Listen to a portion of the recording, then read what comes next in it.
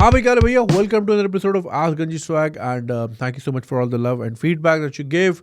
Every episode we're doing better than before और कोशिश होती है कि ज़्यादा से ज़्यादा वैरायटी ऑफ ईमेल्स लेकर आएँ लेकिन घूम फिर के वही साउथ एशिया का एक ही मसला प्यार मोहब्बत शादी बच्चे या मैन अब क्या करें. तो खैर आज थोड़ा सा एक डिफरेंट सवाल नज़र आया तो मैं आज इससे स्टार्ट करता हूँ बट उससे पहले don't forget to subscribe this channel 49%. अब पता नहीं मैंने रिसेंट नहीं देखा बट या viewers are not subscribed and also Patreon पे you can support on patreon.com/ganjiswag.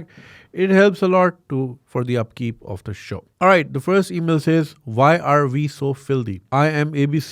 Hi Junaid bhai, how are you? How's your family? Here and there in England. My serious and straightforward question: why we South Asians, especially Pakistani and Indians, are so filthy? Junaid bhai, I'm really fed up with this society. I'm fed up of being here. There was no platform to vent out my pent-up frustration until today when I decided to put up my case in front of an influencer like you, as your views/suggestions/opinions are heard by millions across the platforms. Usually, being an ardent user of Google, I have a little bit of inquisitive mind. As you said, that cell phone is no less than a university. So I usually get answers of questions pertaining to religion, politics, socio-economic issues, racism, human psyche, etc. from various platforms ranging from websites like Quora, YouTube, etc. Despite waging so much effort, I couldn't find the answer of a simple question, which is why we Pakistanis are filthy when it comes to maintaining ourselves, our surroundings. Leave India aside. Let's only talk about Pakistan because we have inherited a certain predisposition that we are the best nation in the world because we are Muslims. And we are predestined for heavens. अच्छा सा हम ही हैं सारे बाकी 52 एवं ही हैं. What sort of Muslims are we? We have made mockery of our beautiful religion. We might not be decadents like we might not be decadent like Arabs. Of course, we don't have oil money, but we are hypocrites. In my opinion, generally speaking, the Muslims of South Asia is the ugliest representation of Islam. I don't doubt that. Cleanliness is half the faith. Safai nisfi iman hai. But I don't find, let alone this part in our society. In 1947, a nation state was created in the name of Islam, but why we haven't been able to apply Islam in our lives? Every vice is prevalent in our so-called Muslim society, be it hypocrisy, venality, fund embezzlement, telling a lie, adultery, bribery, character assassination. But I don't want to discuss all of that. I want to discuss the cleanliness aspect here. Junaid bhai, I just don't understand that why the scattered trash dispersed wrappers on the street, roads, green belts don't bother us. Why have we accepted it? Why a person who comes out of a mosque after offering a prayer quietly passes by a sewage sludge placed in the middle of a street? Why the religious scholars, educated and learned people don't protest and condemn those who leave the leftovers on the street, recreational parks, drive-thrus, etc.? Why only a small amount of people bother to keep themselves clean but neglect their environment? Why we have just confined cleanliness to our body? Well, I would doubt that. That too, even by less than 1% of population. Believe me, I have witnessed the people flinging out waste from e-trons and their Civics and their Prados and Fortuners, etc. Yes, ये मैं रोज देखता हूँ यहाँ पे भी. When children go to their school or when someone goes to his or her office, what impression our streets give to them? How can they be creative after spectating filth early in the morning? Why administration doesn't forbid people from using roads/streets for their cattle? Why administration doesn't? आपने cattle वाली बात लिखी by the way. आपको पता है राहत भाई, ये केएमसी की गायें भी होती हैं. ये जो हम बहुत सारी गायें देखते हैं जो एकदम आती हैं रोड पे अक्सर, पता है ये केएमसी की गायें होती है. So KMC is the municipality of Karachi, Karachi metropolitan, Karachi municipality corporation. तो उनकी बाकायदा दे हैव हायर्ड काउज जो कि सड़क पे जाती हैं और कचरा खाती हैं, क्योंकि इंसानों ने तो करना नहीं है. तुमने नोटिस की है ये चीज़? वो बाकायदा केएमसी की होती हैं, उन पे स्टैम्प भी लगी हुई होती है और वो एक बंदा चला रहा होता है. अक्सर इस पीछे गली में भी होता है. हम एक बहुत बड़े पॉश एरिया में और पीछे इतनी बड़ी कचरा कुंडी आपकी सोच है और वहाँ पे वो गायें घूम रही होती हैं. उनको डिनर कराने लाते हैं, लंच कराने लाते हैं, वाह कचरा खिला रहे हैं. Why administration doesn't think that cow dung jettisoned on the road get stuck in the tires of the cars, and these tires with that filth end up parked in garages where toddlers play? Why people don't unite against municipal authorities when sewage floats over the streets when it rains? why they feel easier to place bricks in that contaminated water just to reach their destinations like a chimpanzee. There is a renowned journalist, Hassan Nisar, you may know him too, who once said that he chose not to leave his home unless there was some serious compulsion because the filth everywhere would enrage him. हाँ, that's why Hassan Nisar lives outside Lahore. Bedian का एक इलाका है जो कि अब थोड़ा, क्योंकि लाहौर भी फैल रहा है कराची की तरह, क्योंकि पाकिस्तान में सिर्फ रियल स्टेट चलती है और रियल स्टेट बनती रहती है. तो बेदियाँ जहाँ पे, so I attended a wedding there of a very good friend Ali Aftab Saeed, जो कि हमारी पॉडकास्ट पे भी आए थे. तो वहाँ पे हमें करीम ले तो गई थी, लेकिन वहाँ पे कोई ये राइड हेलिंग ऐप काम नहीं करती थी. सो आई रिमेंबर मैं था और हसीब था, खुजली वाइन्स वाला, और फ़नी नेम. तो Ali was gonna party till late, हमने निकलना था. तो हमने देखा वहाँ पे ऐप में कोई गाड़ी नहीं आ रही थी. सो फिर मैंने इंस्टाग्राम पे स्टोरी डाली कि कोई बच्चा है करीब में जो कि हमें यहाँ से पिक करके एटलीस्ट लम्स तक ले जाए. फिर लम्स से तो ज़ाहिर आपको गाड़ियाँ मिल जाती हैं. So this kid turned up. Like a lot of people are like कि हम लेने आते हैं. फिर मुझे एक बच्चा सही लगा, मतलब ये हमें अगवा नहीं करेगा. तो फिर उसको मैंने नंबर दिया, लोकेशन भेजी, and then he picked us up. Cool kid. उसको फिर मैंने कॉफ़ी पिलाई. उसका अगले दिन एग्ज़ाम था. जब उसने कॉफ़ी पीते हुए बताया एग्ज़ाम है, मैंने निकलो बेटा, ये टेक अवे कराओ और निकलो यहाँ से. सो या, गुड गाय. सो बेदियाँ बहुत दूर है, लाइक बहुत दूर उस ज़माने में होगा, like I am talking like 4 साल पहले. अब तो शहर वहाँ तक फैल गया. So Hassan Nisar has been living there उससे भी पहले से, और उस वक्त कंसिडर किया जाता था कि यार वो बहुत दूर है. वाई? बिकॉज उनको शोर नहीं पसंद. वो किसी भी समझदार आदमी को शोर वैसे ही पसंद नहीं होता. और वो मुझे भी, मैं ये नहीं कह रहा मैं समझदार हूँ, I just don't like noise. इसी वजह से मैं वो बड़ा इनरेज हो जाता हूँ. वो जो शादी हॉल हमारे यहाँ चल रहा होता है, बाय द वे कल वो हम टीवी के जो हम न्यूज़ के जो मॉर्निंग शो के होस्ट हैं अवैस मंगल वाला, जिनको देख के मेरे एक बूढ़े से अंकल हैं हमारे पुराने पड़ोसी, तो वो उनसे मैं मिला. सो माय मामू, लेट मामू, उनकी जब तबीयत ख़राब थी तो वो उनसे मिलने आए. तो मामू ने उनसे पूछा कि उनको जानते हो. हालांकि हम बचपन से उनके सामने खेल रहे हैं, but like he is old now. तो उनको हम बिल्लू भाई कहते हैं, हालांकि वो उम्र में बहुत बड़े हैं. तो उन्होंने जब पूछा मामू ने, मरहूम मामू ने, कि इनको जानते हो. हाँ है, और रोज़ आंदा है, हम टीवी थे शिफा दे नाल. मेरा शिफा बड़ी याद है आपको? तो वो समझे अवैस मंगल वाला मैं हूँ. एनीवे, कल अवैस ने भी यही वीडियो डाली.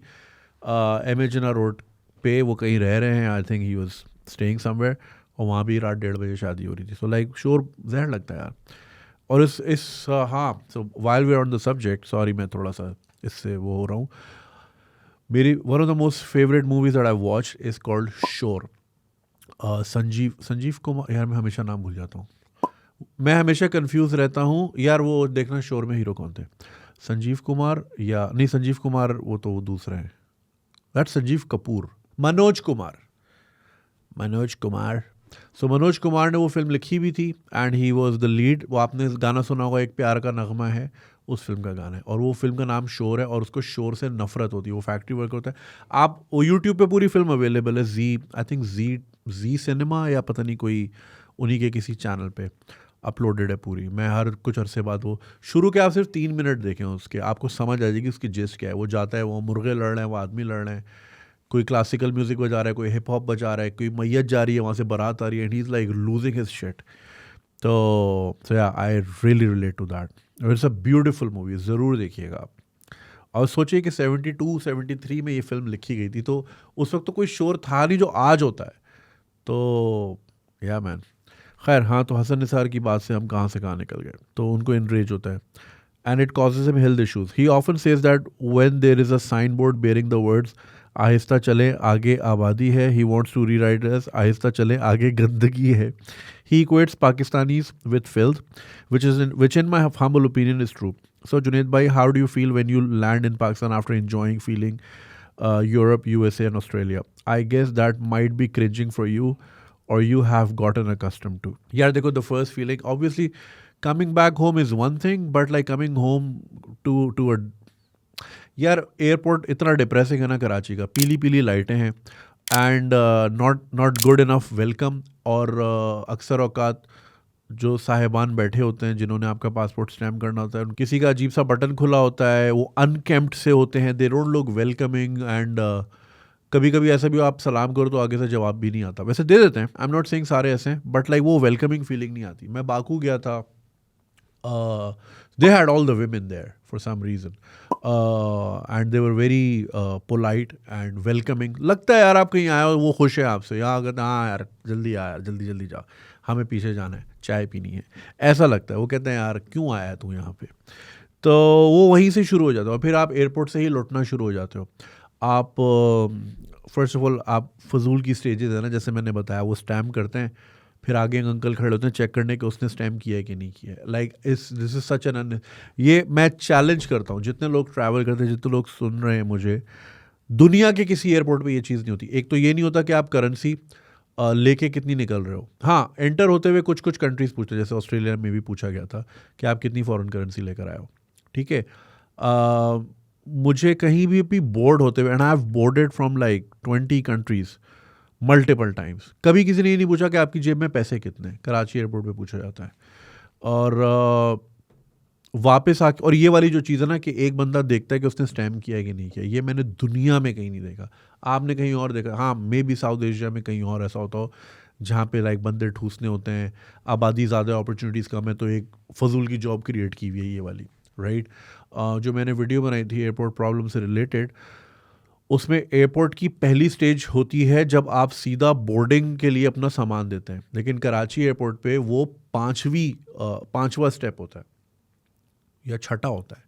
पहला होता है कि एयरपोर्ट के बाहर सिक्योरिटी खड़ी होती है, बाहर कि गाड़ी में गिनते हैं कि लोग कितने जा रहे हैं। फिर उसके बाद वही वाली गोल्फ वाली मशीन से चेक करते हैं। फिर उसके बाद अंकल गेट पे चेक करते हैं बिल्डिंग में एंटर होने से पहले कि आपके पास टिकट वीज़ा है। उसके बाद तलाशी, और उसके बाद आप सामान रखते हैं और बोर्डिंग। दुबई में पहला ही स्टेज सामान और बोर्डिंग है, पांचवा यहाँ पे, और दुनिया भर में पहला होता है। और इमिग्रेशन मैंने फर्स्ट टाइम जब सिंगापुर में की थी, आई वॉज सो शॉक्ड कि वहाँ कोई था ही नहीं। मैंने पासपोर्ट स्कैन किया, गेट खोला, चला गया। इंग्लैंड से जब भी वापस आओ, एंटर होते हुए तो इमिग्रेशन होती है प्रॉपर, बिकॉज वहाँ पे बड़े मसले मसाइल हैं। निकलते हुए बस आपने जो बोर्डिंग पास लिया वही आपने मशीन में स्कैन किया, एंड दैट्स इट, आपकी इमिग्रेशन हो गई। सिस्टम्स बने हुए यार, जिस बोर्डिंग पास के अगेंस्ट ये पासपोर्ट है वो चला गया, वो स्कैन हो गया तो दैट मीन्स बंदा चला गया, बात खत्म। Yeah man, so airports are a trigger clearly. Junaid bhai, only once in my life I went to Murray and Naran in 2015. I literally don't want to visit our northern areas whenever I plan with my brother, cousin, some foreign trip like Turkey, Dubai, Malaysia. My family often says, "पहले पाकिस्तान तो explore कर लो, अल्लाह ने इतना खूबसूरत मुल्क दिया है," and blah blah blah.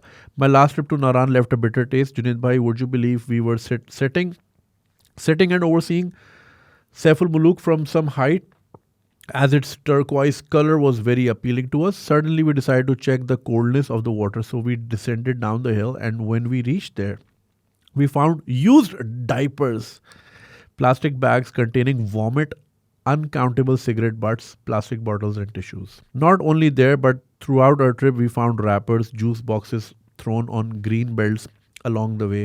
I just believe that the scenic beauty comprises just 50% of the game. The rest includes the quality of toilets, hotels, how the infrastructure is maintained, the quality of food being served, the attitude of the locals.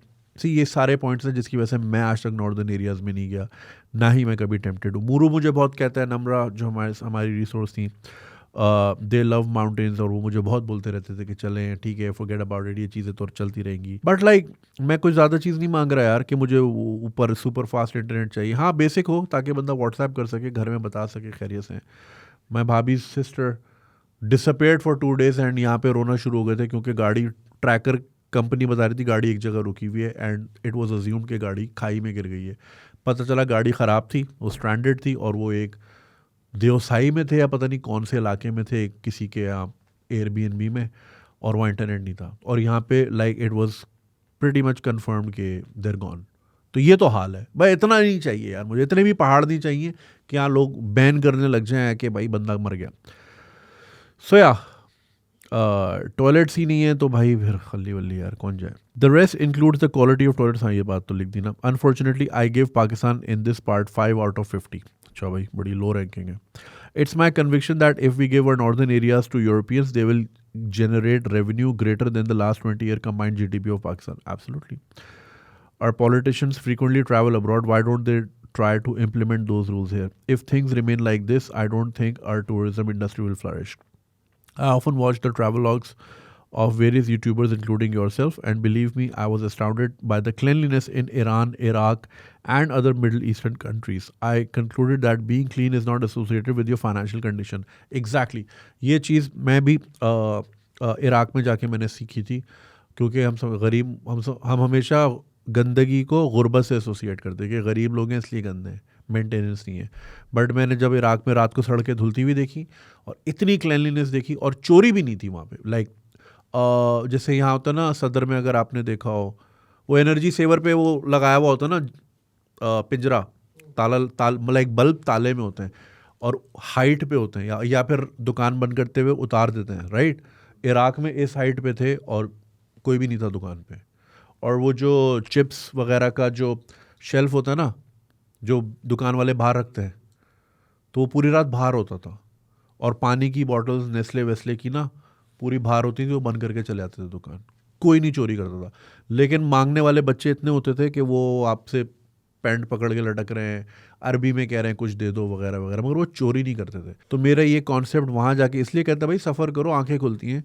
तो मेरी आंख वहाँ जाके ये खुली कि गुर्बत का मतलब ये नहीं है कि अगला चोर है. हम यहाँ भी ये कहते हैं ना कि चोरियाँ क्यों बढ़ी हैं जी, गुर्बत है, नौकरियाँ नहीं मिल रही. बेगैरती कराती है चोरी, गुर्बत नहीं कराती चोरी. इसका मतलब क्या सारे गरीब चोर हैं? ऐसा है क्या? नहीं है ना. बेगैरती कराती है चोरी. और अमीर लोग बेगैरत नहीं होते क्या? जो हमारे जितने पॉलिटिशियन हैं या पावरफुल लोग हैं वो तो बड़े अरबपति, तो वो चोर क्यों हैं? बेगैरती चोरी कराती है, गुर्बत नहीं कराती. सही है. तो क्लिनलीनेस का भी यही था, मेरे जहन में यही था कि गुर्बत, गरीब इलाका है तो गंदगी होगी, लेकिन वहाँ तो इतनी सफाई थी इराक में, एक वॉर टॉर्न कंट्री में. सूफी साहब, मेरे एडिटर, आपके लिए इंस्ट्रक्शन है. मैं इस पे बल्कि एक वीडियो भी बनाना चाह रहा था. वाइल्ड लेंस बाय अबरार, जो अबरार भाई हमारे बड़े अच्छे दोस्त हैं, हम लोग शाम को उन्हीं के व्लॉग लगा के बैठ जाते हैं यहाँ पे. उनका एक क्लिप है, अगर ये स्क्रीन पे चल रहा है. सीरिया में कौन सी जगह थी? अलेप्पो, जहाँ पे ज़्यादा बमबारी हुई, और एक और जगह थी, वहाँ पे वो अपनी बाइक गुजार रहे हैं. और आप वहाँ की सफाई देखें जहाँ पे जंग हुई है, और उसके बाद कराची देखें जहाँ कोई जंग नहीं हुई है. समझ रहे हैं?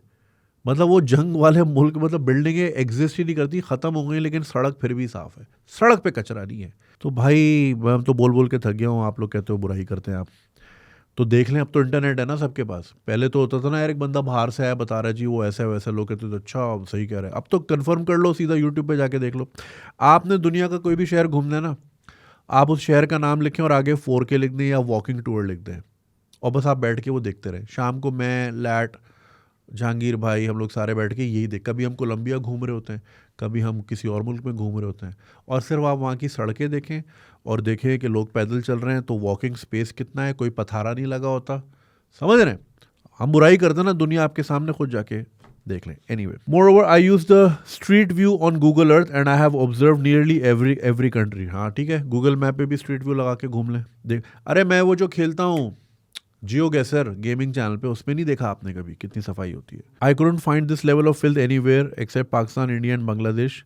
They have been cursed in this regard. Believe me, far-flung villages of Chile, Argentina, Mexico, Papua New Guinea, Vietnam seem to have greater civic sense than subcontinent elite has.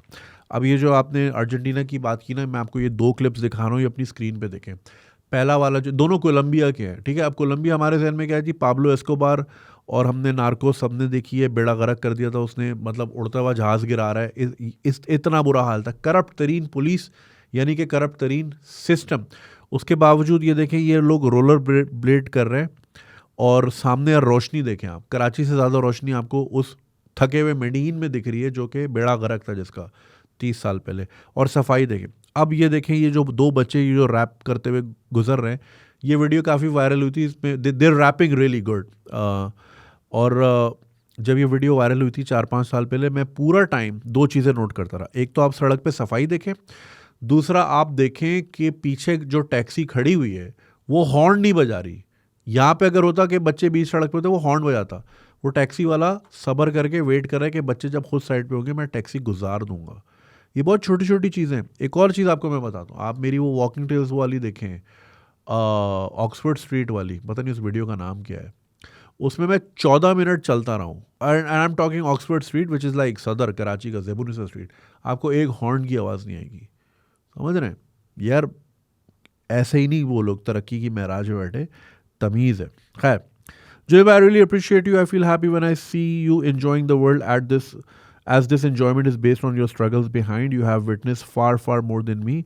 You have more wisdom than I do. You have looked life very closely. Please answer my question why the people of this region are like this. हम गलीज क्यों हैं?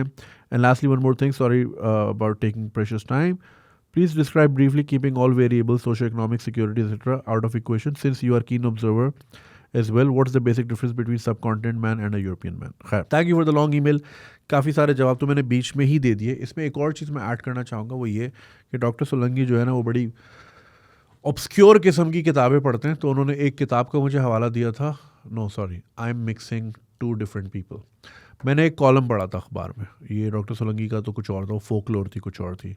मैंने एक अखबार में column पढ़ा था. It was about this French traveller जो कि 1850s में आया था पाकिस्तान, उस वक्त के हिंदुस्तान में. और उसने जो हवाला दिया था ना 1850s का, हम 2023 में बैठे हुए और 27 साल बाद 2050 आ जाएगा. I mean imagine, just picture करें इसको, ठीक है. तो उसने किताब में लिखा हुआ था कि यहाँ के बाज़ार बहुत फिल्दी हैं, गंदे हैं, बेतरतीब हैं.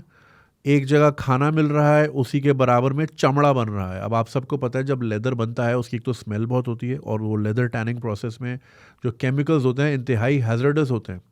तो मतलब जहाँ खाना बिक रहा है उसके साथ ही वो, आपने भी अक्सर देखा होगा कि वो गंदी नाली के ऊपर बैठ के सब्ज़ी बेच रहे होते हैं यहाँ पे लोग, और बाकायदा उस नाली में डुबो के भी साफ़ कर रहे होते हैं. ऐसा ही है. एक और चीज़ भाई, हम बड़े शौक से वो खाते ना, यही दही बड़े वगैरह.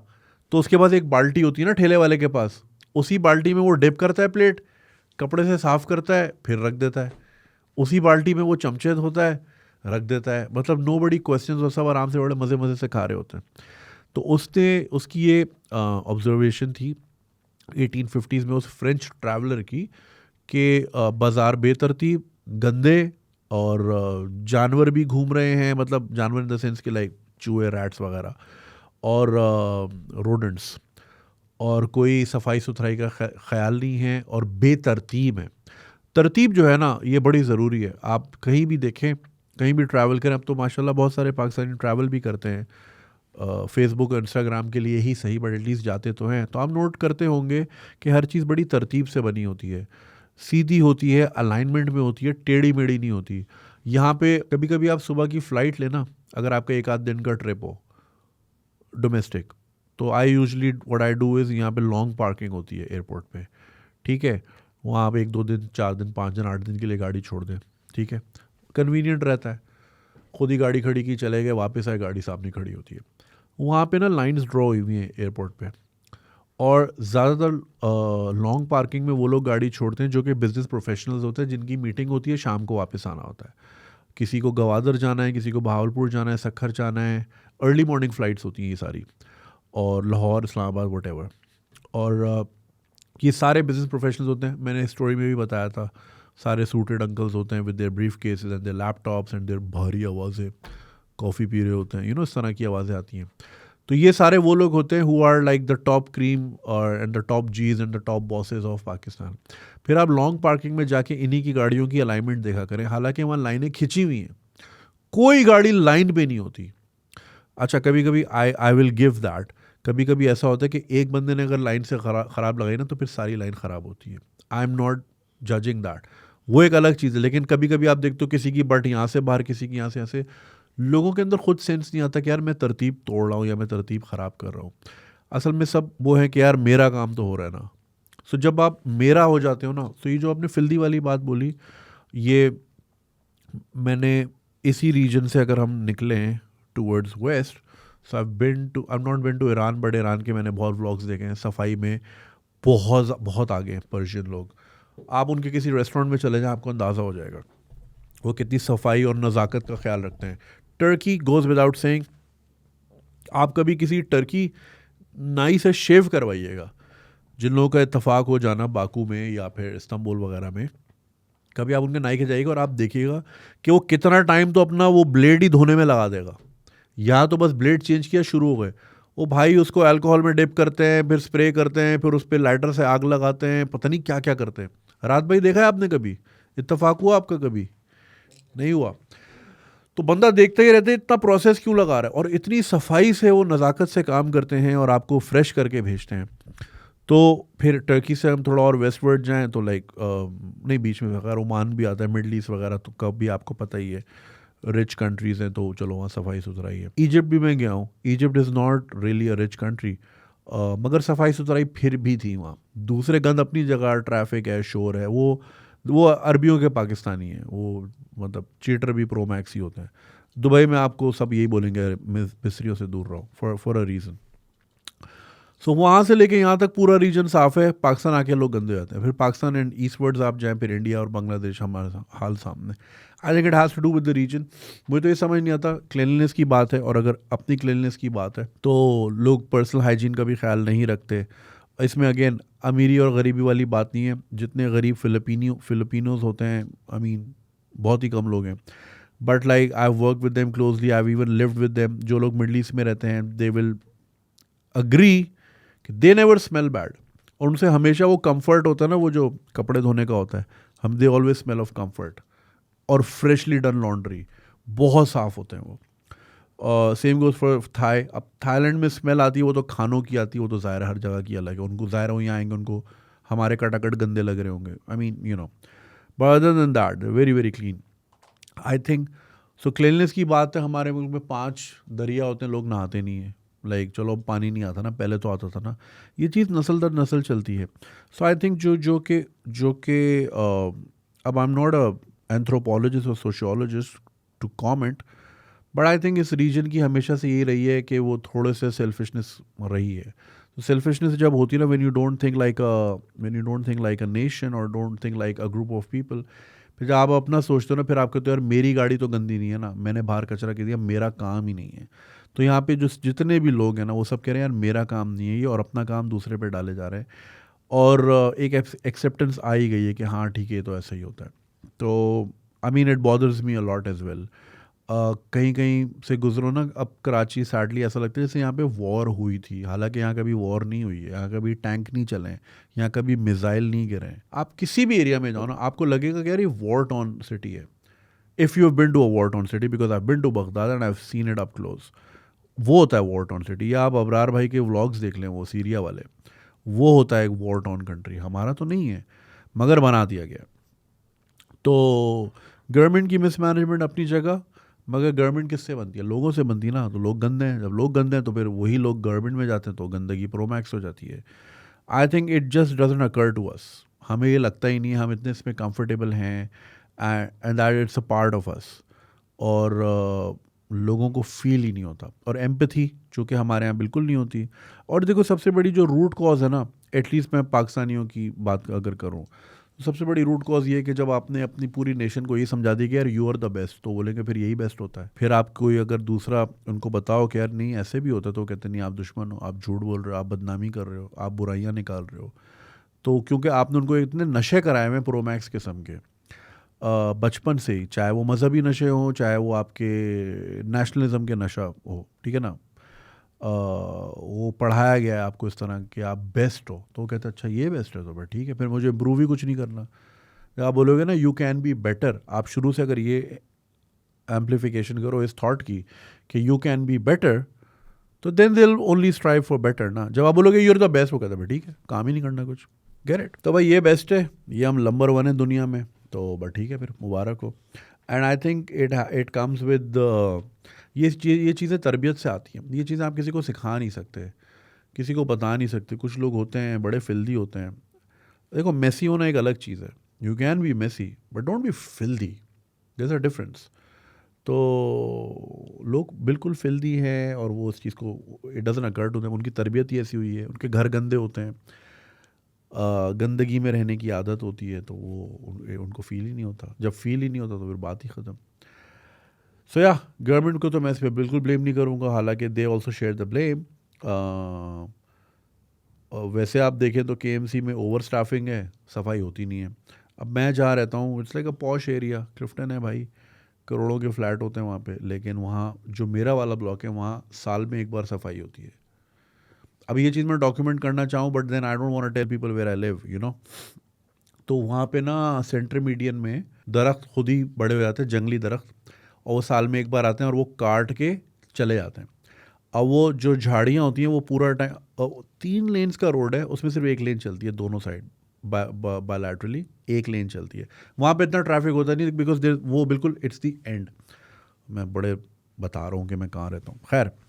तो चूंकि वहाँ इतनी मूवमेंट नहीं है, सो दे डोंट रियली केयर, तो वहाँ पे सफाई होती ही नहीं है। सो लाइक जो मिट्टी हवा से उड़ उड़ के वो साइड पे एक लेन वो खा जाती है और एक लेन पे झाड़ियाँ जो काट के जाते हैं, जो काट के जाते हैं ना, वो कहते हैं उठाना हमारा काम थोड़ी है, हमें ऑर्डर था कि काटना है, वो काट के अब चले गए। अब वो पूरा साल रहेंगी, कुछ बारिश से आगे पीछे हो जाएंगी, कुछ कुछ वक्त के साथ डिसइंटीग्रेट हो जाएंगी, कुछ जो है कीड़े खा जाएंगे पत्ते, और कुछ गाड़ी और ट्रक के हवा से इधर उधर होके, और सिर्फ साल में एक बार सफाई होती है।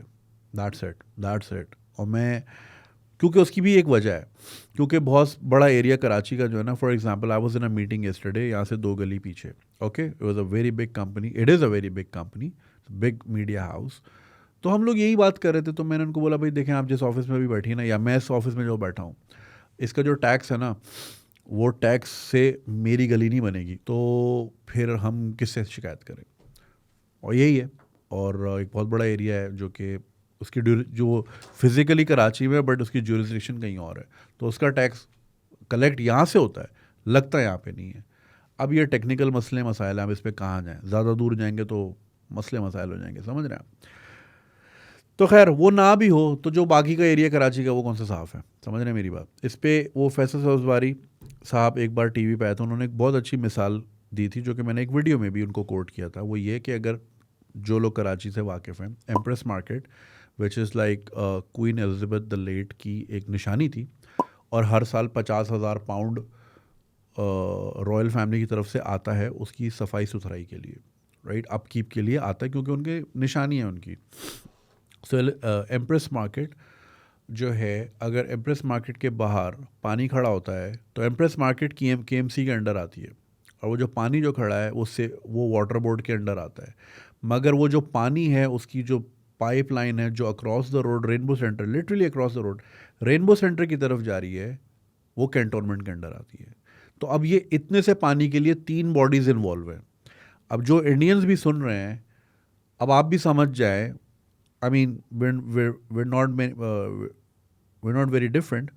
तो गवर्नमेंट के 3 इदारे हैं हु आर इन्वॉल्व एक काम के लिए। अब आप लगा लो चक्कर, ये लेटर वहाँ जाएगा, फिर वो लेटर वहाँ से वहाँ जाएगा, फिर वो लेटर वहाँ से वहाँ जाएगा, ये लेटर ये होता रहेगा, पानी सूख भी जाएगा, और यही होता है फिर।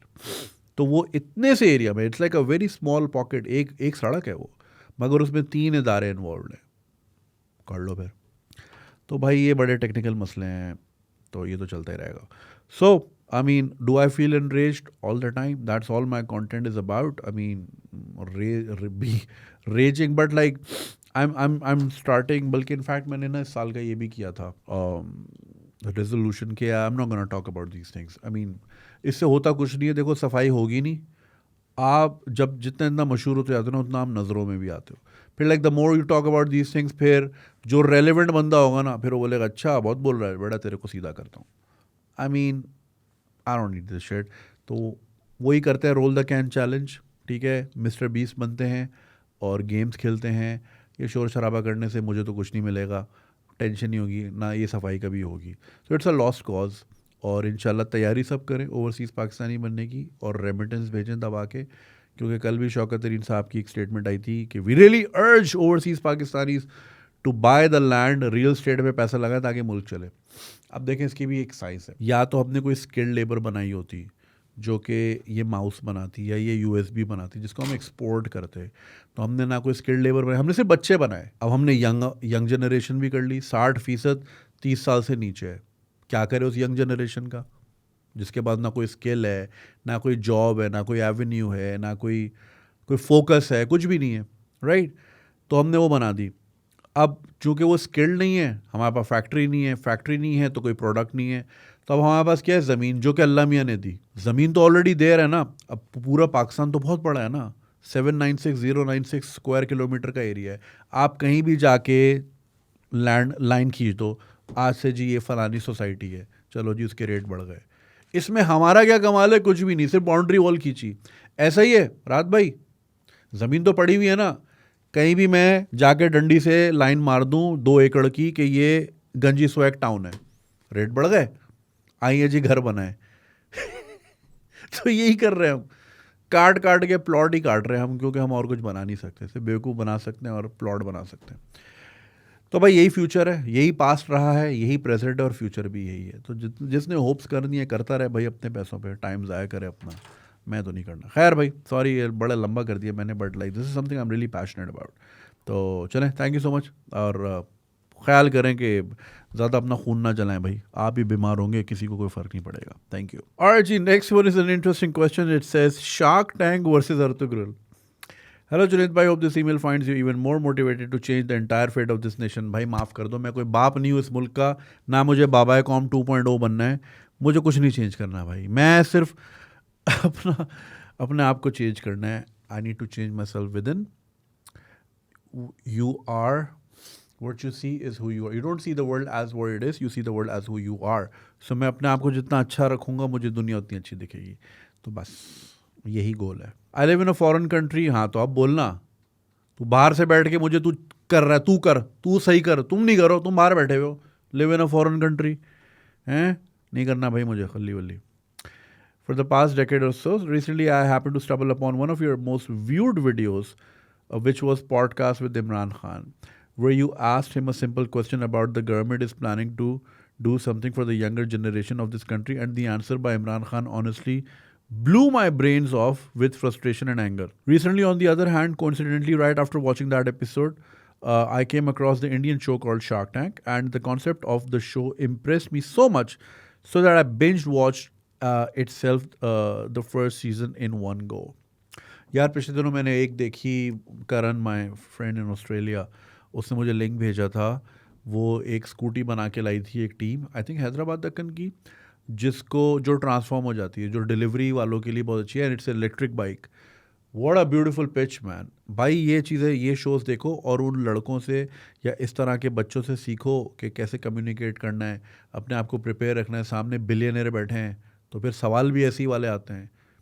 बहुत इंपॉर्टेंट चीज़ है, बहुत अच्छा था, बहुत अच्छी पिच थी वो। Now the reason I am writing this email to shed some light on the issue of priorities of the government has set on both the sides of the borders.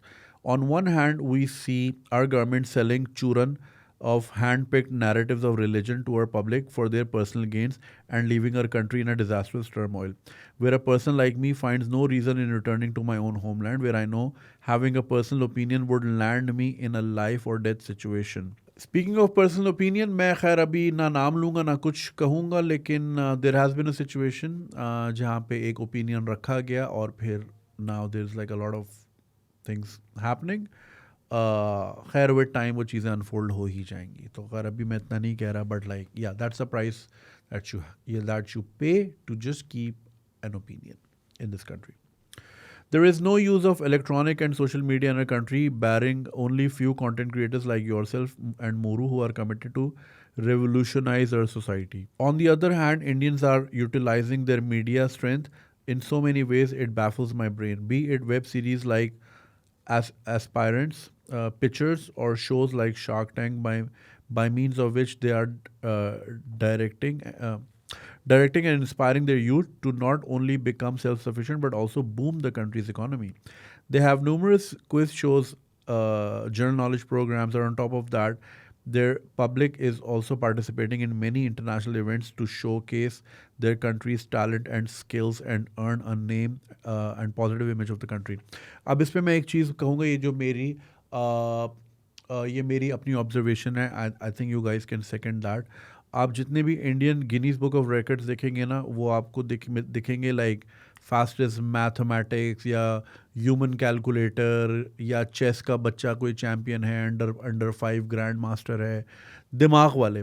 और जो पाकिस्तान के आपको गिनीज बुक ऑफ रिकॉर्ड्स में मिलेंगे ना, वो sir से कितने वॉलनट तोड़े, अखरोट सर से तोड़ रहा है एक बंदा, या फिर मुंह पे क्या लगा रहा है, मतलब they're all physical, they're not mental.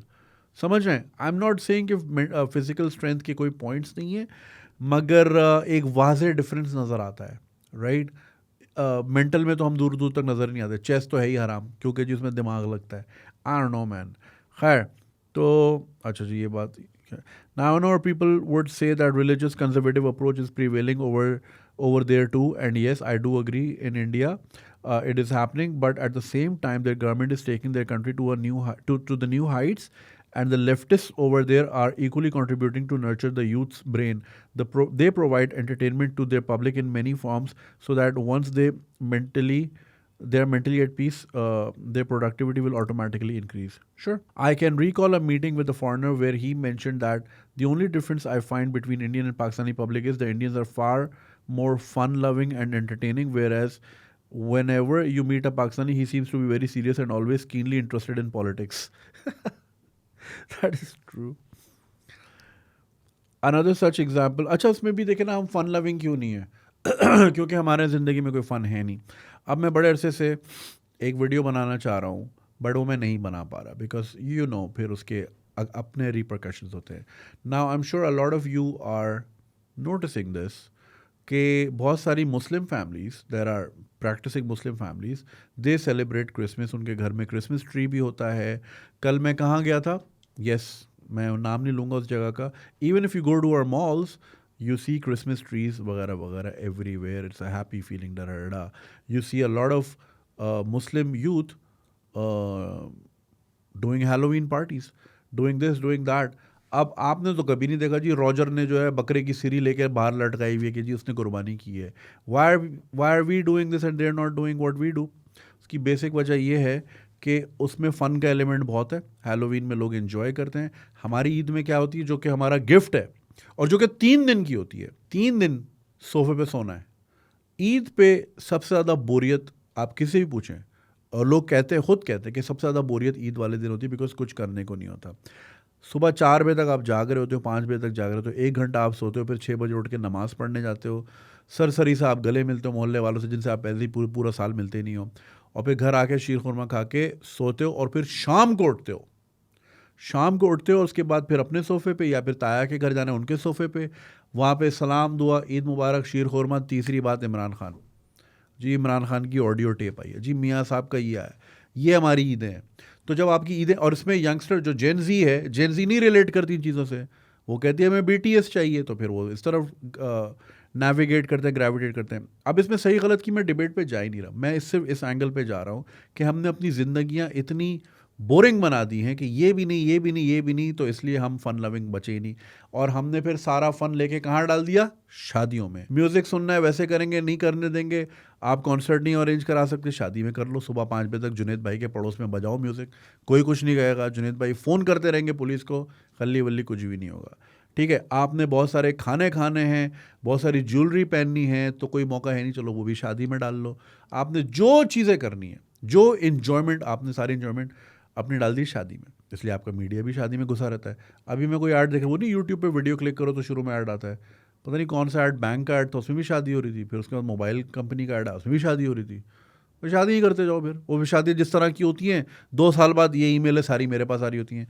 कितनी हो गई, 10,496, 10,496 ईमेल्स, जिसमें से 80% शादी से रिलेटेड है, उस मुल्क में जहाँ होती सिर्फ शादी हैं. खैर, तो वो फ़न लविंग कहाँ से होंगे भाई? फ़न करेंगे तो फ़न लविंग होंगे ना. न्यू ईयर में थोड़ा सा फ़न होता है, फायरवर्क्स देख लिया, थोड़ा एंजॉय कर लिया, वॉक कर ली. न्यू ईयर में फायरिंग से कितने लोगों ने गोलियां दिखाई कि भाई हमारी छत पे गिरी, हमारी गाड़ी पे आके लगी. कितने 37 लोग ज़ख्मी हुए थे इस बार, 38 लोग ज़ख्मी हुए थे. मरा कोई नहीं, थैंकफुली, अल्लाह का लाख लाख शुक्र है. मगर ये कि 37 लोगों की ज़िंदगी में अब गोली घुस गई उनकी ज़िंदगी में. क्या यार, हमारी तो खुशियों में भी मौत ही होती है यार. बोलोगे हमारा न्यू ईयर तो ये होता ही नहीं है. अबे भाई, तेरी सालगिरह भी इसी कैलेंडर पे होती है. सिवाय रमज़ान के, ईद के और बकरा ईद के और मुहर्रम के और रबीउल अव्वल के, 5 हो गए ना. बाकी 7 महीनों में बता दो, अभी बता दो कौन सा महीना चल रहा है बगैर गूगल किए. अबे बातें सालगिरह तुम सारी अपनी एरीज, एक्वेरियस, कैंसर, लियो वाली मनाते हो, फिर कहते हो ये हमारा कैलेंडर ही नहीं है. अबे किसको झूठ बोलते हो यार? तुम तनख्वाह इस कैलेंडर के हिसाब से लेते हो, तुम सालगिरह इस पे करते हो, अपनी शादियां इस पे करते हो. हाँ, कुछ शादियों में होता है, शादी के कार्ड में लिखा आता जी 27 जमादियुस्सानी को शादी होगी. अभी बता दो कौन सी डेट इस्लामिक. करते सारे थे, तुम्हारा कानून अंग्रेज़ी में, तुम्हारी सारी पब्लिक डीलिंग इस अंग्रेज़ी में और इस कैलेंडर के हिसाब से। पता नहीं क्या कहा, हमारा न्यू ईयर है ही नहीं है, नहीं है भाई, कि तेरे कहने से थोड़ी होता। So another such example is where I read a comment on Pakistani movie trailer where a viewer commented that we are Pakistanis, we are suppose to be serious and decent, we are not suppose to appreciate entertainment. अब यार ये कोई होगा bore इंसान होगा, बस एक बंदे के कमेंट पे तो नहीं आप वो कर सकते। It left me thinking why we are such idiotic mentality that we as a nation are barred from having entertainment. Why? Lastly, I'm in no way against religious teachings, but the version we are presented is too biased. It shows only one side of the picture. Religion also tells us moral and ethical values. It also teaches us about economy, science, knowledge, but we are only fed a certain narrative which addresses only sex, food, property, and religious practices. Why people like Khan Saab, being an intellectual once himself, has gone so low intellectually that he could not even speak his mind in front of you on that podcast of yours, that he had to go with the same old religious narrative when you had asked him the question about what the government is going to do about the young through media. Why he had to ask a nation to watch Artugrul, who's already so much into violence and intolerance. Why we could not suggest something like Shark Tank, which is the need of the hour. To wrap it up, Junaid bhai, even you yourself are sometimes seem so helpless because of the fears that you want to say something about certain issues, but out of sheer fear, you restrain yourself from speaking your mind out, that the ignorant lot of this country would not spare you. Please give your opinion on this issue. First of all, I'm very fearless. मुझे कोई डर वर किसी का नहीं है. बात सारी ये होती है कि यार बंदा बात रीज़न की वहाँ करे जहाँ पे सामने से भी एक रीज़नेबल आर्ग्यूमेंट आए. जहाँ सामने से अगले ने देनी ही गाली है और आपको काफिर और यहूदी बोलना है, फिर बंदा वहाँ क्या बात करे. तो फेयर की बात नहीं है, बात होती है भाई बंदा कोई रीज़नेबल बात तो करे. आप समझ रहे मेरी बात. रीज़न जो है ना, हमारा डायलॉग ख़त्म हो गया है सोसाइटी में. फेयर वेयर क्या, गली वल्ली यार. अल्लाह अल्लाह दूसरों को सबका अल्लाह है, मेरा नहीं है क्या अल्लाह. वही प्रोटेक्ट करेगा मुझे और वो करता है अभी तक. मेरा पूरा ईमान है. खैर, shark tank versus Ertugrul, that's a good point. अब देखें, हम लोग जो है ना भाई, हम ग्लोरिफिकेशन में रहते हैं किसी और की. ग्लोरिफिकेशन भी है ना इम्पोर्टेड है, हमारी अपनी है नहीं. अर्तुगरुल कौन था भाई? टर्क था. कभी हम अरबी होते हैं, कभी टर्किश होते हैं, कभी हम ईरानी होते हैं, कभी हम क्या होते हैं. नहीं होते तो हम यहाँ के नहीं होते, जहाँ के हैं भाई. जब आप इसी कन्फ्यूजन में रहोगे ना, जब आपको ये नहीं पता होगा आप हो कौन, तो आपको ये कैसे पता होगा कि आपने जाना कहाँ है. Get what I am saying. जब आपको यही नहीं पता होगा कि आप कौन हो, तो ये कैसे पता चलेगा कि जाना कहाँ है. तो इंडियंस को पता है, तो वो जा रहे हैं और बड़ी तेज़ी से जा रहे हैं, आपके सामने है. हम पास्ट पे रहने वाले लोग हैं. हम पास्ट की ग्लोरी, वो भी किसी और की. मुसलमान साइंटिस्ट. अब 500 साल बाद कोई मुझे क्या मुसलमान यूट्यूबर कहेगा? मैं यूट्यूबर हूँ भाई. आई am not a YouTuber because I am Muslim, I am a YouTuber because I am a YouTuber. हम किसी को मुस्लिम बैंकर कहते हैं क्या? डॉक्टर सोलंकी क्या मुस्लिम बैंकर है? आप बोलोगे यार डॉक्टर नाम है सोलंकी, उसका सूडोनिम है, राइट. ये बैठे हुए हमारे पीछे कैमरामैन, क्या ये मुस्लिम कैमरामैन है? He is a cameraman who happens to be Muslim. तो हमने ये मुस्लिम साइंटिस्ट की टर्म पता नहीं क्यों निकाली हुई. और अगर आप ज़रा डीपली पढ़ें उनको, इंडिपेंडेंट राइटर्स, बहुत सारों को तो इसलिए मारा गया क्योंकि वो मुस्लिम नहीं थे, नाम के मुस्लिम थे. तो भाई पास्ट में रहने वाले ना, जो देखें चाइनीज़ जो थे ना, वो उनकी सेंचुरी ऑफ शेम क्यों कहते हैं? वो नशों में पड़े रहते थे. तो फिर वो जागे और फिर आज उन्होंने ऐसा जगाया कि लोग सो नहीं पा रहे अब. तो हम नशों में हैं अभी, हमें नशे कराए जाते हैं और ये हमें रूलिंग एलीट कराती है नशे, ताकि आप इसी में गरक रहो कि आप अर्तुगरुल हो, कभी आप प्रिंस ऑफ पर्जिया हो, कभी आप जो है मोहम्मद बिन कासिम हो. नहीं हो तो यहाँ के नहीं हो. आपको इस नशे में लगा के वो अपना माल समेटते हैं, खल्ली वल्ली हो जाते हैं और इन्हीं मुल्कों में जाते हैं जिनके अगेंस्ट आपको गालियाँ देते हैं. बैकडोर चैनलिंग उन्हीं मुल्कों से करते हैं, लॉबिंग भी उन्हीं मुल्कों से करते हैं. अमेरिका के जितने एहसानात हैं पाकिस्तान में किसी मुल्क के नहीं है, लेकिन हम गाली भी अमेरिका को ही देते हैं. जिन टीवी शोज़ पे अमेरिका को गाली दी जा रही होती है, उसमें ऐड भी यूएस एड का ही आ रहा होता है, जो फिर नलके लगा रहा होता है, ये कर रहा होता है, वो कर रहा होता है, 10,000 काम कर रहे होते हैं. चाइना आपको इतने हाई डेट पे आपको कर्जे देता है, वो चाइना खली वल्ली यार. तो भाई ये तो है. तो अब आप भाई, अब खान साहब ने जो जवाब देने थे उन्होंने दिए, because obviously he has an audience, उसको पैंडर करना होता है. अब हमारे यहाँ भाई यूज़ ही यही किया जाता है. इस पर एक बहुत अच्छी वीडियो थी किसकी थी वीडियो?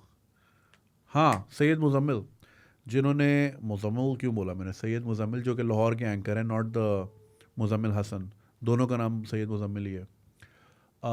उनकी एक बहुत अच्छी वीडियो है रिलीजन कार्ड के ऊपर, कि कब से यूज़ हो रहा है और कौन कौन कर रहा है, और ये होता चला जा रहा है।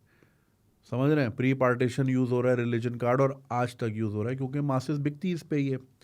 ठीक है, तो मैं इसीलिए जो है, ठीक है, मैं अपने मामला इसलिए पर्सनल रखता हूँ क्योंकि मैं ये देना ही नहीं चाहता कभी कि मैं रिलीजन का कार्ड यूज़ करके आपसे सिंपथी लेना चाह रहा हूँ। अब देखिए, पीटीवी जो है टैक्स के पैसों से चलता है। मेरे महीने के 30 रुपये, मोइज़ भाई पीछे बैठे हैं, उनके 30 रुपये, राहत भाई के 30 रुपये, आप सबके 30-30 रुपये बिजली के बिल में जाते हैं पीटीवी को। पीटीवी उन 30 रुपयों के बहुत सारे 30 रुपये जमा करके उनके खरीदता है डॉलर, और वो डॉलर देता है टर्की को, राइट? और फिर टर्की हमें देता है अर्तुगरुल। यानी मेरे और हमें कहता है ना जी, पाकिस्तान का पैसा बाहर नहीं जाना चाहिए। अबे स्टेट टेलीविजन पैसा हमारा पैसा लेके बाहर भेज रहा है, टैक्स का पैसा लेके बाहर भेज रहा है, और अर्तुगरुल खरीद रहा है। क्यों भाई? अपना बनाओ ना। अपना बना नहीं रहे भाई। बनाने में वही वाली बात है ना, कॉम बनाने में या किसी भी प्रोडक्ट बनाने में या वोकेशनली ट्रेंड स्किल्ड लेबर बनाने में मेहनत है। मेहनत नहीं है तो किसी चीज़ को गिराने में मेहनत नहीं है, तो हम गिराते रहते हैं भाई, इसको गिरा दिया, उसको गिरा दिया। से या मैन भाई, यही है। शार्क टैंक इधर तो नहीं होता दिख रहा। However, I am really keen to start one. Last year मैंने वो गेम शो किया था, इट वॉज एन एक्सपेरिमेंट। जैसा भी हुआ, मैं तो एक्सपेरिमेंट्स करके जीता हूँ। मैं सोच रहा हूँ इस साल शार्क टैंक करूँ, पाकिस्तान का करूँ, क्यों ना करूँ, और यूट्यूब बेस्ड करूँ, और लाइक छोटे स्केल पे। Obviously I can't compete Sony पे आता है ना। हाँ, तो मैं सोनी को तो कम्पीट नहीं कर सकता ना भाई, तो मैं उस तरह का स्टेज नहीं लगा सकता, लेकिन थोड़ा बहुत चेपी वेपी लगा के अच्छा खासा कर सकते हैं। तो कल मैं इनफैक्ट अपनी टीम से ही बात कर रहा था कि we need to dedicate some trips. मैं चाह रहा हूँ कि this is how it's gonna be. एक गूगल फॉर्म बनेगा और मैं इंस्टा स्टोरी पे लगाऊंगा या कि वो वीडियो बना के डाल दूंगा भाई, जिसके पास अच्छे आइडियाज़ हैं ये बता दें। अब ज़ाहिर उसमें कराची के आइडियाज़ होंगे, लाहौर, इस्लामाबाद, पिंडी, पेशावर, कोयटा वगैरह वगैरह, राइट? कराची वालों को तो मैं यहाँ बुला लूँगा कि भाई यहाँ आओ, मुझे प्रेजेंट करो। So if I like them, मैं उनको लिस्ट कर दूंगा। 100 आएंगे, उसमें से लेट से 30 अच्छे हैं, 30 फिल्टर हो गए। फिर जैसे मैं लाहौर जा रहा हूँ तो आई कॉल समवन लाहौर कि भाई आओ, मुझे पिच करो, बताओ। तो उसमें हमारे पास लिस्ट बन जाएगी। जब लिस्ट बन जाएगी, so we'll know ये वाले आइडियाज़ हैं। And then I need to reach out to the startup people. I know so many of them, they know me as well. और उनको सिर्फ रिक्वेस्ट करनी कि मैं ये बनाने जा रहा हूँ, तो ये 10 दिन की शूट हम कर रहे हैं लेट्स से कोरंगी में, और ये सेट है और ये है और ये आइडियाज़ आएंगे, और ठीक है। एंड देन जैसे गेम शो किया था, कैमरे तो लगाना है, कर देंगे, बना देंगे कुछ ना कुछ। ऑब्वियसली उस लेवल का तो नहीं होगा। आई एम नॉट सेइंग कि हम अच्छी चीज़ नहीं बना सकते। It's just that it's a matter of big budgets ना। जितनी इंग्रेडिएंट्स डालोगे उतना अच्छा प्रोडक्ट निकलेगा, but it could be a start to something, right? और इस तरह के आइडियाज़ में I don't know brands involve होंगे कि नहीं होंगे, इट्स वेरी डिफ़िकल्ट। बट ये कि we can do this, I can do this. और मैं, आपको पता है, पंगे तो लेता हूँ, मुझे तो बहुत शौक है चीज़ें करने का। What else can I do? I like to expand my horizons. I like to know what else I can do. मैं और क्या कर सकता हूँ, क्योंकि आपको नहीं पता होता ना आपके अंदर क्या क्या कैपेबिलिटी है। सो मैं I keep trying. And speaking of trying, बहुत से लोग बोल रहे हैं यार ये मग कहाँ मिलेगा? हमारी वेबसाइट रेडी हो गई है, it's only a matter of वो फोटोग्राफी हो रही है, फिर वो मैं डाल दूंगा, फिर then you know where to buy it. And like I am starting a clothing brand for women and all sizes specially, क्योंकि भाई बहुत सारे ब्रांड्स जो हैं they don't realize कि we also have a population who are plus size और उनको cater नहीं किया जाता, तो हम हर उसमें जाएंगे, but that's gonna be out very very soon as well. So yeah man, you never know, वो भी शार्क टैंक का आइडिया हो जाएगा। खैर नहीं, I'm just joking. बढ़िया। तो ये मैं शायद पंगा ले लूँ इस साल, depending on how things are, मुल्क की इकोनॉमी क्या है क्या नहीं है, चीज़ें किस तरफ जा रही हैं, तो we can experiment. If there is a room for experiment, I will definitely do that. So yeah, that would be my contribution against Ertugrul. So let's see where it goes, but thank you for your email. ख्याल रखें भाई, और ज़्यादा खून ना जलाएं, जहाँ भी बाहर आप रहते हैं वहाँ एंजॉय करें। Thank you. ऑलराइट जी, लास्ट क्वेश्चन मैंने पहले वाले ही 40 मिनट का कर लिया है, and like I have to go outside Karachi थोड़ी देर में, so like yeah should be get going. 6:30 now, traffic का बेड़ा गर्क हुआ है। Alright, this one's from India. The subject is love from India, and like / choosing happy marriage life. Hey Junaid, wishing you and your family happy new year. God bless you. This has been one of my constant viewed channels since you put your heart out here and it connects right. I'm XYZ. I happen to overshare so much on this channel. I swear to God. Yeah. What I really don't like is कि like लोग इसमें से चीज़ें काट लेते हैं out of context चीज़ें छोटी bits करके and then they share on their TikToks. I mean एक चीज़ होती है ठीक है it's branding for it's free advertising that's one thing. But कभी कभी कोई complicated चीज़ें होती हैं और फिर वो share कर देते हैं and then like, I don't want that kind of audience जो जिनको context नहीं पता 104 episodes का एक context है पीछे. Anyway, I'm XYZ, an independent working woman in her late 20s, born and brought up in Delhi and living in Pune for the past 5 years due to professional reasons, chosen by myself. I earned good 6-figure salary as a product manager in मैं company का नाम नहीं ले रहा क्योंकि I don't know और कितने लोग सुन रहे हैं. My work requires me to travel all over India. I got married in December, 2022, yani last month, in a partially arranged marriage setup. Boy used to live in Pune itself and family in Delhi just like mine. So we got 8 to 9 months, 9 to 10 months before. We had good 9 to 10 months before marriage at Pune, helping us to meet and in fact go on holidays to Goa, etc. before marriage, obviously not informing my family or our outings, on our outings. ठीक है. This was important for me since I always feared this arranged marriage setup of marrying unknown person. All went well and I thanked heaven for this guy during our pheras. But then comes our first wedding night. We have had several night outs together, but this one was special for obvious reasons. We never had sex before, just cuddles, foreplay since I wanted sex to happen after marriage. FYI, I've had relationships before and I was not virgin. Okay. I was shocked as he didn't do the intercourse, just the usual foreplay. I thought, okay, maybe he's tired, but nothing happened for a week. Frustration was building up. Our marriage happened at Delhi and we returned back to Pune post a week where we had already done all the setup and rented a house before marriage. I was very excited that today will be the night, but no, I bursted out and he just ignored this and said he's not feeling well. A week went by again. We again went to Goa for a mini honeymoon and again the same situation. But there at Goa hotel, I bursted out on him and I asked him to nullify our marriage since it's evident that he is not interested in me. He started crying and said he's suffering from erectile dysfunction and he thought maybe after marriage gradually it will go away. यार ये जो औरतें पता नहीं हॉगवार्ट्स से आती हैं south Asian औरतें कि इनके पास कोई जादू की छड़ी होती है कि गे को अनगे कर देगी, एरेक्टाइल वाले को सुपर सॉलिड कर देगी. बे औरत है थोड़ी है वो. He thought maybe after marriage gradually go away, but still I got emotional and was a bit relieved that there was no other girl in the picture at least, and was very sure that this medical issue will get over soon. Coming to this day, the picture is the same. 1 year has passed. Okay, wait a minute. आपने 2022 लिखा था. I think you probably meant 2021. 1 year has passed and still I'm deeply awaiting for the day. But the difference is now my patience took a toll and blasted him for not asking this matter seriously, not taking this matter seriously. In this 1 year, he just visited the doctor once. I told him my problem is you not finding a solution for this and being selfish. He started getting emotional and had tears. He apologized for living in denial mode and asked me to accompany him to the doctor. Though very upset, I have again accepted him and looking for solution. Even though I love him to the moon and back and he being the best husband, there is still 1% doubt in me, which is messing my head with thoughts like what would happen if God forbids this never gets resolved. Looking for your thoughts on this since I have a better mind share with you with your videos than any other human. Oh, thank you so much. That was such a sweet thing to end your email with. देखिए problem होना एक natural cause है. It can happen to anyone. That's perfectly fine. What's not fine is a person knowing that this problem exist and not adhering to it. और दूसरी चीज़ ये कि जब पता चल गया है कि प्रॉब्लम है तो उसको सीरियस क्यों नहीं लिया जा रहा. अब I don't know man.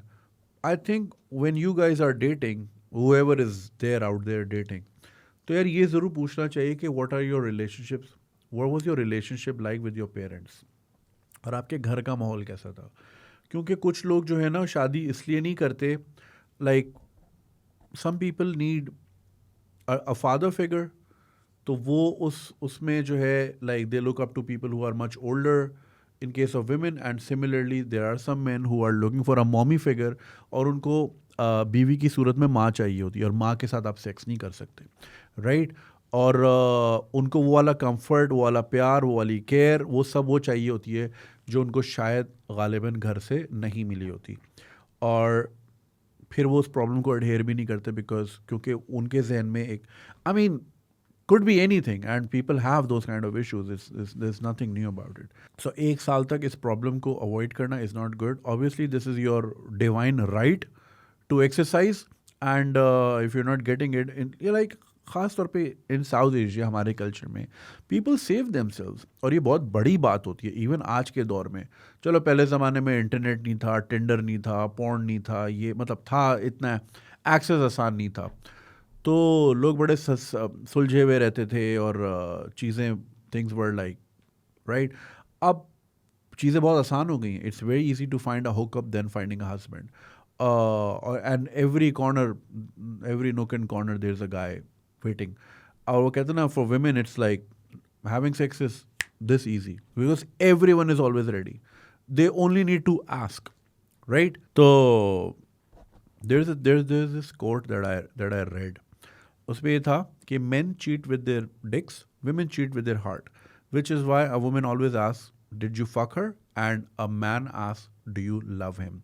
So for women, the act is very emotionally driven, and they have to be emotionally involved in a person. For a man, it's like, हाँ ठीक है, like अभी लैपटॉप बंद करके चला जाऊँ मैं, वो भी चला जाए, लाइक कोई मसला ही नहीं है, कोई चिलिंग है, आपकी कोई बॉन्डिंग है नहीं है, कुछ भी नहीं है। Like for men it's that easy, and some men do, like most men exercise this way. For women it's different, right? So in this day and age, to save yourself for the right man and for the right person, बड़ी बात होती है कि यार आप अपने आप को संभाल के रखें, बचा के रखें, जिस तरह के भी माहौल चल रहे हैं। एंड देन उसके बाद when you come to something like this, obviously आपका फेथ शेक हो जाता है। आप भगवान से क्वेश्चन करते हो कि लाइक मुझ में क्या गलती थी, या फिर ये कि आप मेरे साथ क्यों इतना मेरे साथ जुल्म हो रहा है, यू नो, क्या ये मेरा टेस्ट है या मेरा इम्तिहान है या क्या है। And you know people start to question their faith कि जब मैं when I was walking the path according to the God's wish, तो आगे से गॉड ने मुझे ये दिया, तो बंदा नाराज़ भी होता है, right. And it's only very natural, we are humans, we are mortals, तो हम इस तरह सोचते हैं, हमें रिवॉर्ड अपना पूरा चाहिए होता है कि भाई मैंने ये काम किया, मेरा रिवॉर्ड का है। सो या ये चीज़ें इंसान का फेथ भी शेक करती हैं। It's very unfortunate that this happen to you, and obviously you kept it like आपने एक सर्टन डिस्टेंस मेंटेन किया even on your trips and during your dating phase, but उनका ना बताना इज़ धोखा, like straight up. He this is manipulation, and this is a form of cheating in the sense के उन्होंने आपसे truth contain किया। Truth contain करने की भी एक सज़ा होती है, like you no in a court of law, if I know something and I am not telling the court, if I have seen a murder और मैं नहीं बता रहा, तो ये मुझे भी सज़ा मिलेगी इस बात की कि you knew what the truth was but you still didn't step up, right. तो ट्रुथ कंटेन करने की भी एक सज़ा होती है, and he is obviously guilty for that. ये कहना कि मैं समझा शायद ऐसा हो जाएगा, तो भाई ये टेस्ट करना था, किसी हुकर पे टेस्ट कर लेता, you get what I am saying. Not like किसी से शादी करके, फेरे करके और पूरा रस्म करके और सारे, ऑब्वियसली यार अ लॉट इज़ इन्वॉल्व्ड, इतनी इन्वेस्टमेंट होती है, not just monetary investment, emotional investment इतनी होती है। पेरेंट्स का इतना बड़ा बर्डन होता है बेटियां साउथ एशिया में, क्योंकि बेटियां तो होती ही बोझ हैं। I hate that word when they say. तो इतनी सारी इमोशंस इन्वॉल्व है, and then things not working out for these reasons, it's really heartbreaking. Please accompany him and like be on his case 24/7, obviously not to the point ke like he runs away, but like keep a steady follow up कि भाई what about me, आपका तो हो रहा है, आपको perhaps you needed a motherly figure or you needed comfort। बहुत से लोगों को ना honestly speaking साउथ एशिया में मेड भी चाहिए होती है, ऐसा ही है भाई, खाना पकाने वाली, कपड़े इस्त्री करने वाली, कपड़े धोने वाली, फ्री मेड सबको पसंद है, सबको चाहिए होती है. Again I don't know the guy and I don't no उसका थॉट प्रोसेस क्या है, तो मैं उसको इस तरह जज नहीं कर रहा, मैं एक ओवरव्यू दे रहा हूँ क्योंकि ये प्रेवलेंट है साउथ एशिया में. वो मॉमी फिगर चाहिए होती है, कोई चाय बनाने वाली, कोई ये कोई वो, फलाना ढिमकाना, राइट. तो उसको he wanted you for whatever reasons you're there, you've done your part of the walking, he's not doing his, right. और हमें कॉमन ग्राउंड में आके मीट करना होता है. 2 कदम आप चलते हो, 2 कदम आपका पार्टनर चलता है. ये नहीं कि एक ही बंदा गिविंग गिविंग गिविंग करता रहे और एक बंदा टेकिंग टेकिंग करता रहे. दोनों को इक्वल टर्म्स में आना होता है. That's very important. So you doing your part, like you saved your self and everything. आपने भरोसा किया उसके साथ, शादी की वगैरह वगैरह. करियर जाहिर है आपका is equally important, but like you know आपने शादी की और इसको भी एक चांस दिया. Obviously it will affect your career as well if you are not right in the head. आप अगर 1 साल से you are sexless in a marriage, तो आपकी प्रोडक्टिविटी भी तो अफेक्ट हुई होगी, राइट. ऑब्वियसली फ्रस्ट्रेशन पेंटअप होती है, सबको होती है, because it's a food for your soul. अगर आपको नहीं मिलेगा, जब हमें खाना नहीं मिलता, व्रत रखते हैं या रोज़ा रखते हैं, तो शाम को सड़क पे लोग लड़ाई भी तो करते हैं क्योंकि उनकी ब्लड प्रेशर लो हो रहा होता है, सिगरेट नहीं मिली होती, निकोटीन लेवल डाउन हो रहा होता है. सिमिलरली सोल का फूड नहीं मिलेगा, specially when the food is right there, तो और फ्रस्ट्रेशन होती है. एक तो होता है कि यार absence of sex, that's one thing. एक होता है कि यार it's there but it's not there at the same time, वो ज़्यादा फ्रस्ट्रेटिंग होता है. एक होता है यार मुझे कोई मिल नहीं रहा, I can't find anyone, I can't find a mate, I can't, I have failed to attract anyone in my life. वो एक अलग डिप्रेशन होता है. एक होता है कि यार I have someone right there and I am still not getting what I want. And that's really frustrating. So I'm sure it's affecting your career as well. So keep a steady follow-up. Doctor के जाएं, इसका इलाज मौजूद है, things cure up. अगर उसको उनको performance anxiety है, get him through therapy, what not, जो भी डॉक्टर कहे वो करे. अगर तो if he is like abiding by the course, अगर डॉक्टर ने कोई मेड्स पे रखा है, so please keep a check if he is doing the treatment right. अगर वो बिल्कुल भी नहीं कर रहा, तो that's unfair to you, and I think that's where you draw the line कि I can not continue. Because देखो यार, ज़िंदगी बहुत छोटी होती है और जवानी का टाइम तो बहुत ही छोटा होता है, क्योंकि यूँ आता यूँ चला जाता है. I am turning 40 this July. So like I don't remember मैं 20 से यहाँ तक कैसे पहुँचा, कब पहुँचा, मुझे याद भी नहीं आ रहा. तो यूँ चली जाती है ज़िंदगी, पता भी नहीं चलता. And obviously we have very limited time in this world, and we deserve all the happiness and contentment with our loved ones around us. And why not, right? Zindagi ka aur maqsad kya hai if not love, and like being able to feel belonged and a sense of belonging, वो बहुत अच्छी feeling होती है. तो we all deserve that. तो अगर आपको, if you're not being honored, if you're not being respected, it's a form of disrespect. First of all, he lied to you, he concealed the truth, and secondly, now that it's out in the open that he has a problem and he's not adhering to it, that's disrespect. Like you are, जैसे for example, आप मुझे अगर बोले कि यार आप videos बनाएं और मैं नहीं बना रहा, it's a form of disrespect. Like it's a transaction ना, और मैं आपकी बात ही नहीं सुन रहा, and I am there, I am like हाँ ठीक है कर लूँगा, हाँ कल बना लूँगा वीडियो, परसों बना लूँगा, and I am not doing it. That means I am not listening to you, that means your word mean nothing to me, and that's disrespect. Why would you want to be in a relationship where you're disrespected 24/7? Of course not. So give it a go. I'm not saying cut ties right now.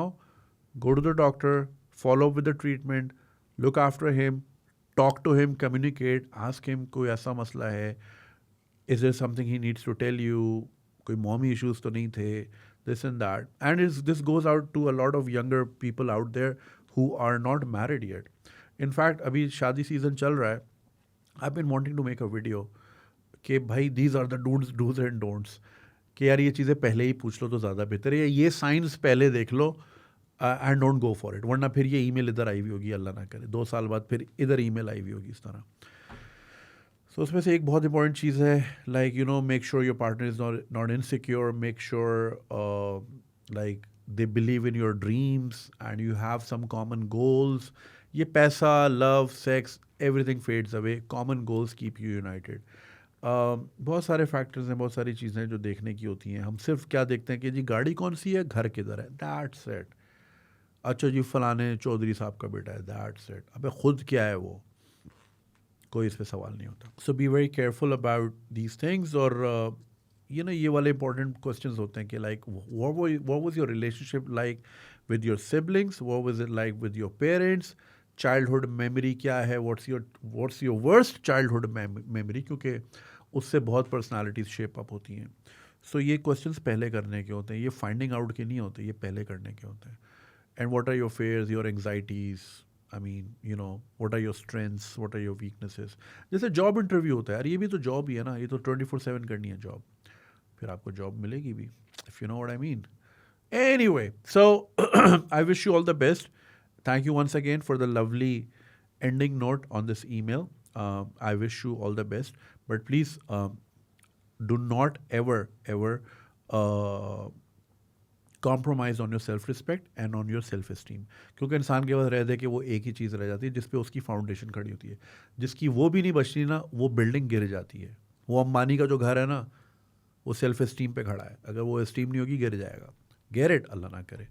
So never ever compromise on that. If you be, अब ये कोई भी relationship हो, not just with your spouse, even with your friends, even with your parents, if you not respected and you been talked down throughout, just get out of that room, man. You don't want to be there.